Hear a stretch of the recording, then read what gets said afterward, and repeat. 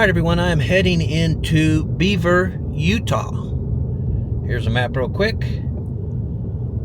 And then population history. 1990, there was 1998 people here. Big jump to the latest number of 3,600. Yeah, this town is growing.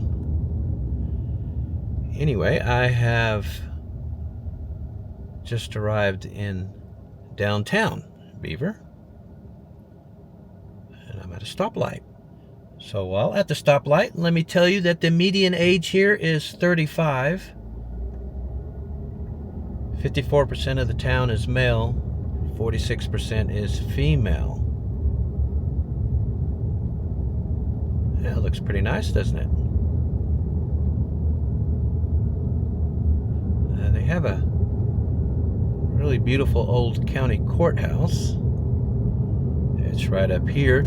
Beaver is the county seat for Beaver County.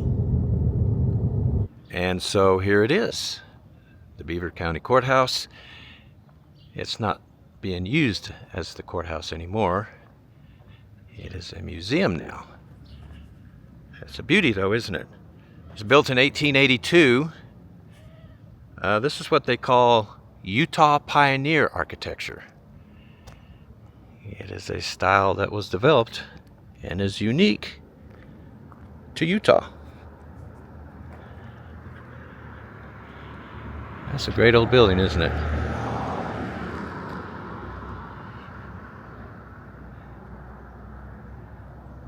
A statue here.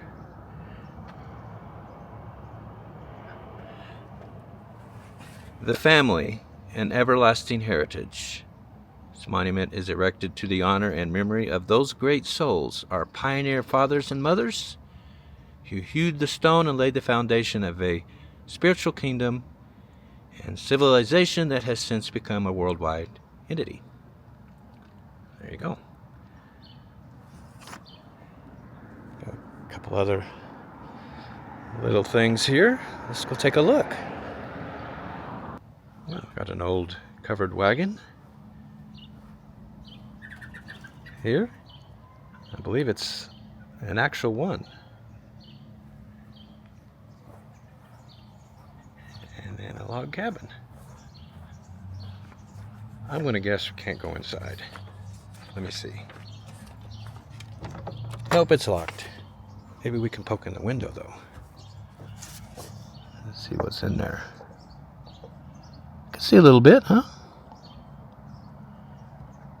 Alright. And then there's a statue over here. Let's see what it is. Wow, this is a statue of Philo Farnsworth. I was going to tell you about him in a bit, but since we're looking at a statue of him, I'll tell you about him right now. He was born here in Beaver, and he invented one of the most important devices in our history. Something that we use all the time, still to this day. You probably just used one. Philo invented the television. Yeah, that's right. Philo Farnsworth, father of television. Yeah, he has the patent for the television. Or at least he did have it. Of course, he is no longer with us. Pretty cool, huh? Someone else pretty famous was born here in this town as well, but I'll wait to tell you about him. Anyway, let's go look around. Well, right across the street from the old county courthouse, the fire department. Yeah, thought I'd give you a quick look at that. Girls softball on a Saturday morning in the United States. Can't get more all-American than that. Now this is the Beaver Public Library. That is a Carnegie Library, built in 1917. That is Federalist architecture. Yeah, that was developed right after the Revolutionary War. Thomas Jefferson what I understand, had a hand in that particular architectural style's development. All right, well, I think it's time. I started giving you some numbers. 86% of this town is white, 14% Hispanic. Yeah, that's the ethnic breakdown. How about incomes? $82,625 a year. Yeah, that's the median household income. That's some pretty good money, guys. Almost $1,700 a week. All right, so what's poverty look like? 6.6 overall. School-aged children, 10%. 65 and older, 2%. Cost of living, 103. Housing's the biggest one, 115. We don't see that very often, do we? Here's median home value, $295,700. Pretty pricey, isn't it? Yeah, if you're going to live here, better open your wallet. It's pretty expensive. All right, so I checked out crime. It's pretty good here. Last year, 8 incidents per 1,000 people. So compared to the U.S. rate of 23 per 1,000, yeah, that is low crime. Beaver was founded by Mormon pioneers in 1856. And you're probably wondering about the name. Well, it was named after beavers. Apparently there were quite a few beavers that lived here when the settlers arrived. And so they named it after the beavers that lived here.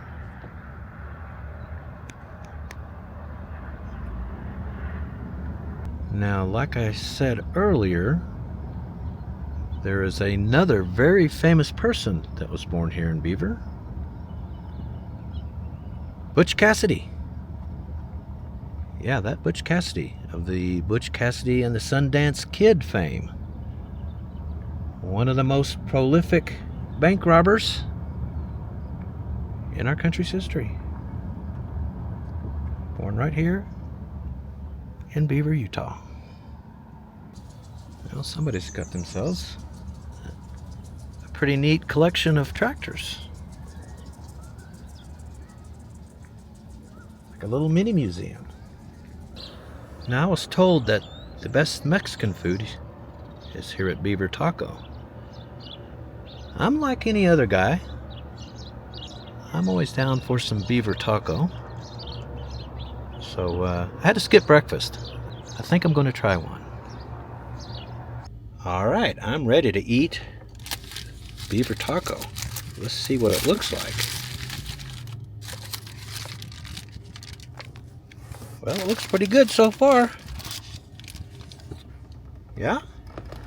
That looks homemade, the taco shell. Right, let's take a bite. Well. Yeah. That's delicious. All right. Well, I'm going to finish this off, then off to the next town.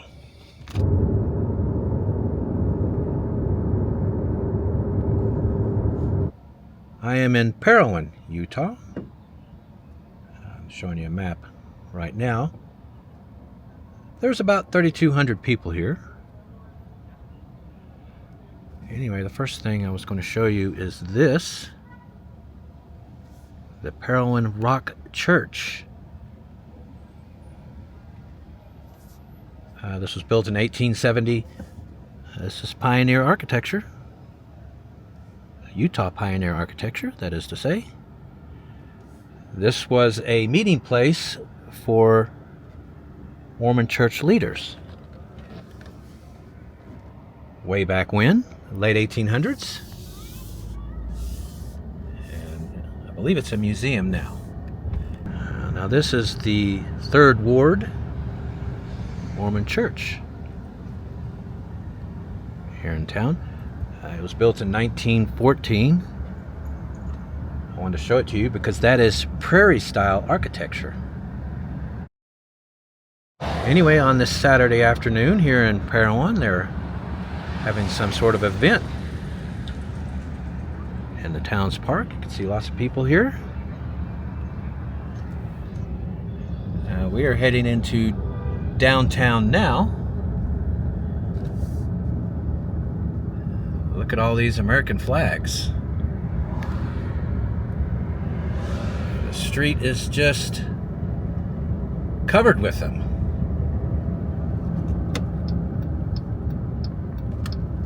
How cool is that? Yeah, I'm just seeing all kinds of cool stuff in this town.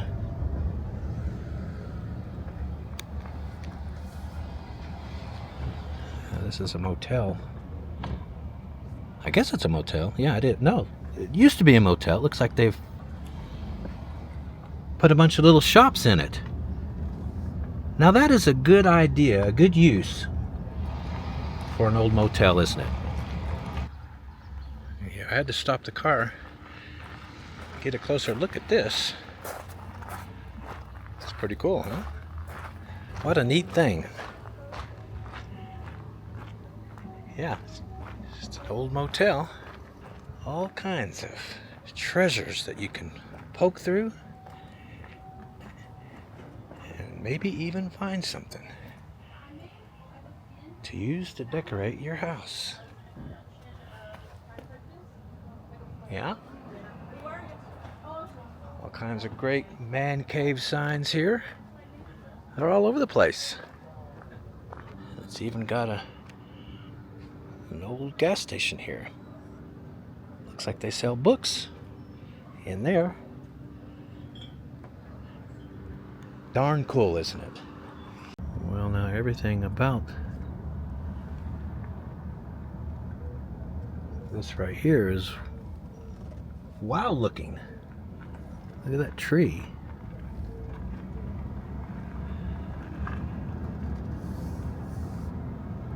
Well, I guess I'll start giving you some numbers. Median age here is 39, so that is the same as the U.S. median age of 39. 54% of the town is male, 46 female. Some pretty cool old looking houses here. Alright, 91% of this town is white, 5% Native American, 2% Hispanic, the remaining is mixed race or other. Well, let me see. Let me give you the median household income. $49,934 a year. It's $960 a week. It's quite a bit less than the last town, isn't it? Poverty, 16.2 overall. School-aged children, 28, 65 and older, 18. Cost of living's at 98. Transportation's the highest at 104. Healthcare is the lowest at 85.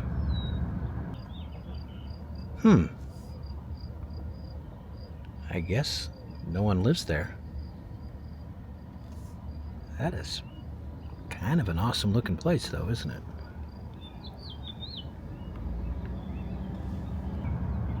Well, let me give you the median home value. $299,800. Yeah. Pretty expensive housing here in Utah. At least this part of it. I did check crime. Last year, 10 incidents per 1,000 people. Compared to 23 for the U.S. So, again, second town in a row where crime is quite low.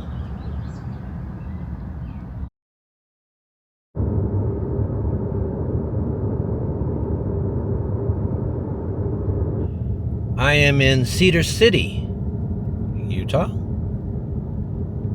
Let me take a look at a map real quick. I am making my way into downtown Cedar City.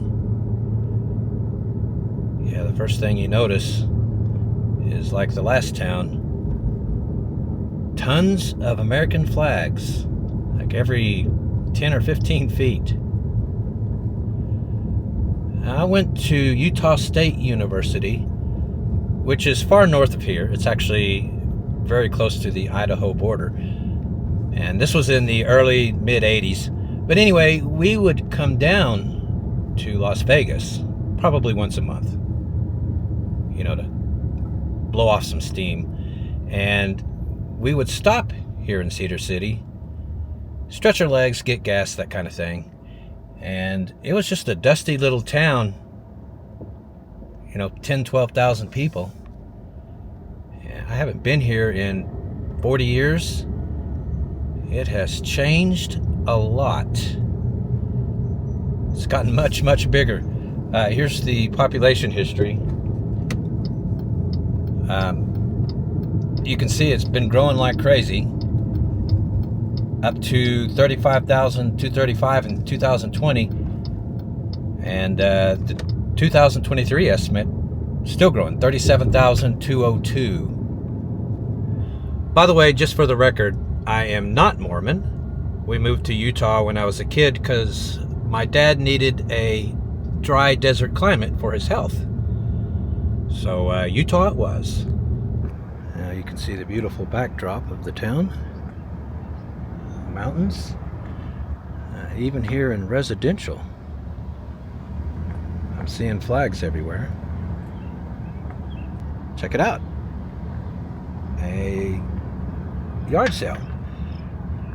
Anyway, back to the population growth. I was checking out some sites, other YouTube videos and Reddit,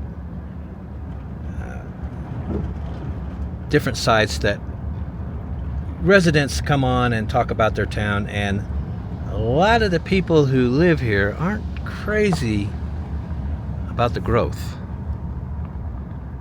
They say Cedar City is losing its small town feel, and it's starting to feel like a generic big city.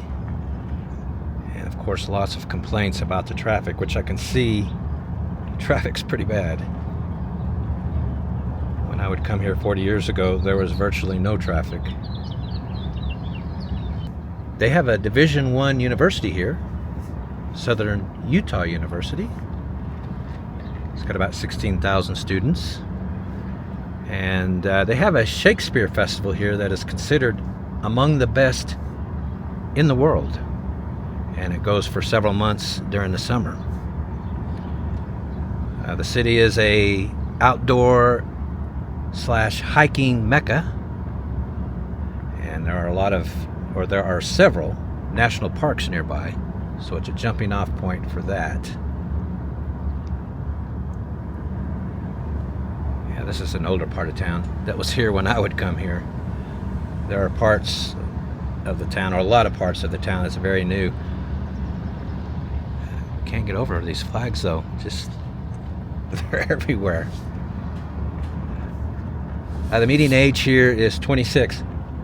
That's probably because of the university. It's real young. And it's 50-50 gender, male-female. And, well, let's see. Let me give you some other numbers now. 78% of the town is white. 14% is Hispanic. 1% black. 1% Asian. 1% Native American. The remaining 5% is mixed or other. Yeah, I am on the very edge of town now. You can see it this way. It's really pretty, isn't it? Here's the median household income: $63,789 a year, $1,227 a week.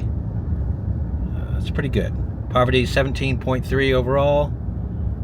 School-age children 14%, 65 and older 6%. Those numbers are pretty close to the U.S. Cost of living's a 101. Housing, a 112. That's the highest. Woo. Healthcare is the lowest at 85. Healthcare the lowest. You don't see that often. on the other side of the interstate, which kind of runs through the middle of the town. Just figured I'd show you the big LDS church. As you can see, I'm coming right upon it. And, well, if you know anything about this state, turn left, then the destination is on your right. They build impressive looking temples. Yeah, the Mormons do. Yeah, like I said, I'm on the other side of town. I am still seeing American flags everywhere. They are very patriotic here in Cedar City.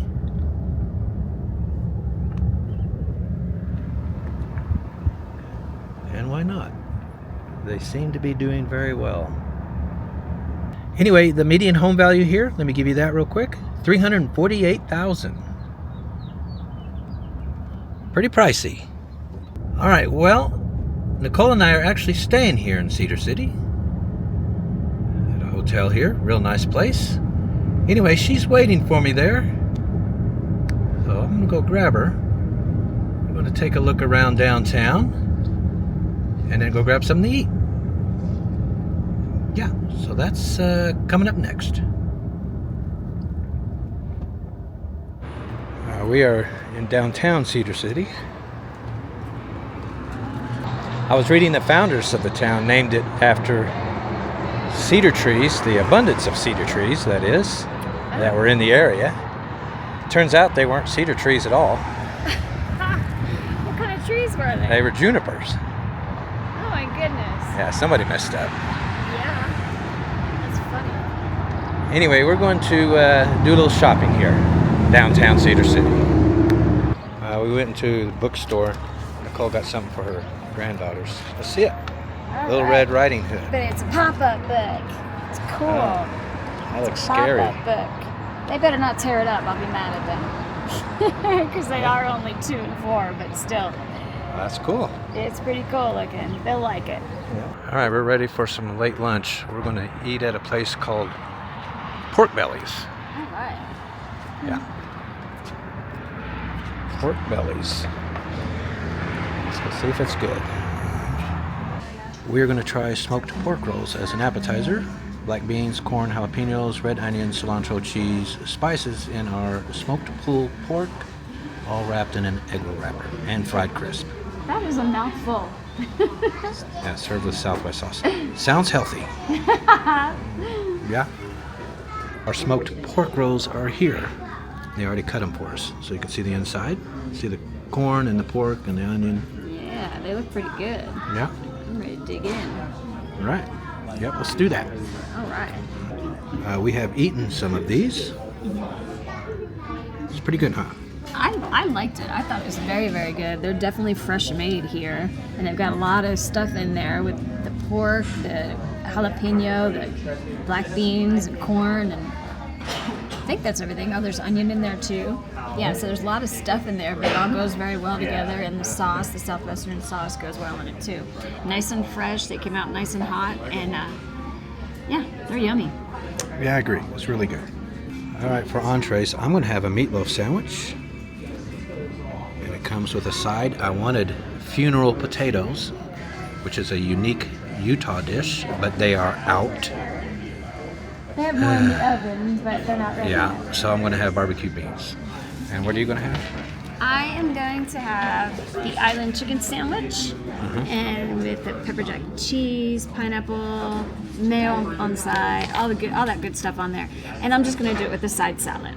Okay, cool. Our entrees have arrived. Here is my meatloaf sandwich. I've already cut it so you guys can see the side there. Lettuce, tomato, meatloaf, cheese, and barbecue sauce. That is an indulgent sandwich. Yep, and it comes with baked beans because they didn't have funeral potatoes, which I was really looking forward to. Really? Are you sure they didn't have them, honey? And you have a salad and what else? island chicken sandwich. Open it up. It's got grilled chicken, pineapple, it's got pepper jack cheese, lettuce. I took the tomato off. It's supposed to have grilled red onion, and I'm not seeing it, which is disappointing me because I love red onion. So maybe I'll find it eventually. All right. Well, let's see if it's any good. This is pretty good. The meatloaf is actually very good. This baked beans, or these baked beans, those look like they've been sitting in or under a heat lamp and all dried out, and they taste it too. Not very good.